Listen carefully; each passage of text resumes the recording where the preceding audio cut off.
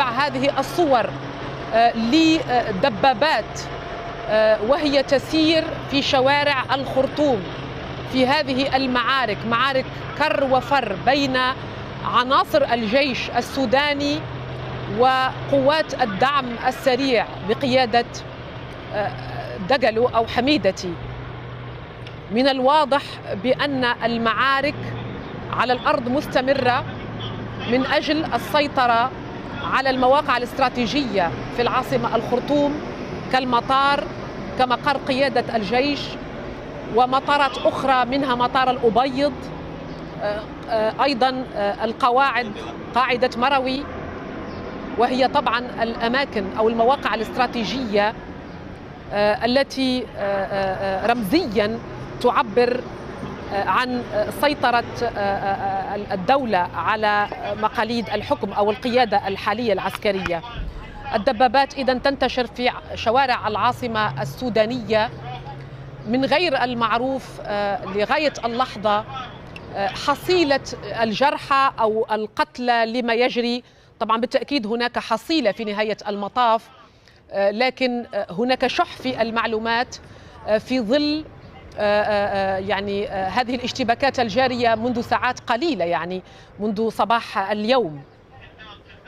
أعود إليك سيدة رشا عوض. كل هذا يجري، سأعود إليك سيدة رشا، ولكن دعونا نستمر طبعا في متابعة هذه الأحداث الجارية الآن.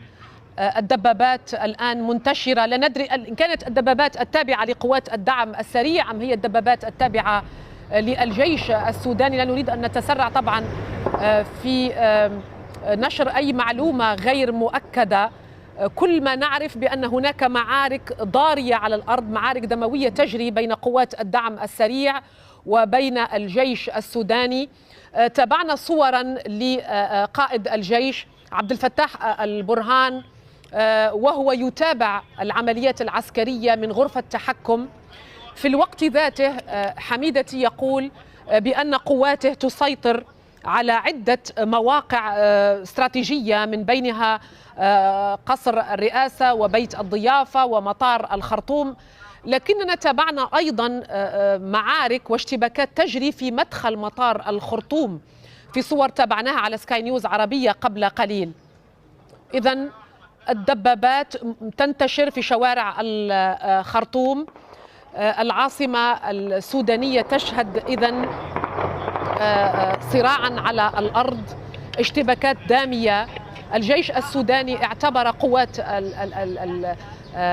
الدعم السريع بأنها العدو، وصفها بالعدو، وصفها بالمتمرد، وقال بأن الجيش السوداني الآن يقوم بتحييد هذه العناصر، عناصر الدعم السريع بقيادة حميدتي. إذن انتشار مكثف لهذه الدبابات في شوارع العاصمة الخرطوم. شوارع العاصمة تكاد تخلو من أي مدنيين أو من المارة. الكل طبعا يتابع بترقب ما يجري في العاصمة السودانية.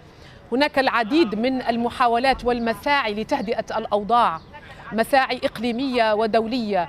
هناك تحرك من الرباعية، هناك دعوات من مصر، من المملكة العربية السعودية، من الإمارات، من الاتحاد الأوروبي لتهدئة الأوضاع، لضبط النفس. إذن هذه الصور التي نتابعها لسكاي نيوز عربية لهذه الدبابات وهي تجوب شوارع العاصمة السودانية. ننتظر مراسلنا خالد عويس يؤكد لنا المعلومات لمن تتبع هذه الدبابات بالتحديد. من الصعب معرفة ما يجري بالتحديد ومن يسيطر على ماذا بالتحديد، لكن المعلومات متضاربة لغاية اللحظة. نعود إلى السيدة، سنعود بعد قليل لضيفتنا، لكن نبقى الآن مع الأحداث الجارية على الأرض. ما زلنا نتابع أيضا لدوي أسلحة خفيفة ومتوسطة وثقيلة قرب مقرات الجيش وأيضا قرب مقرات الدعم السريع.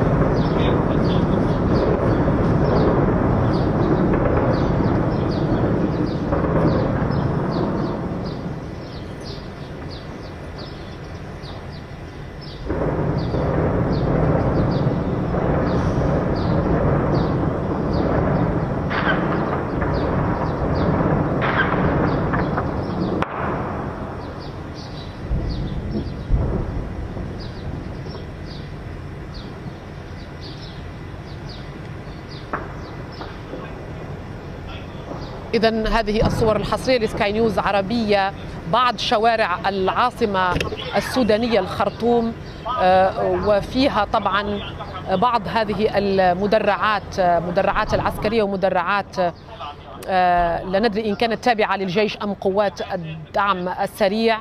نتابع بعض الضباط وهم أمام مركباتهم في شوارع العاصمة الخرطوم.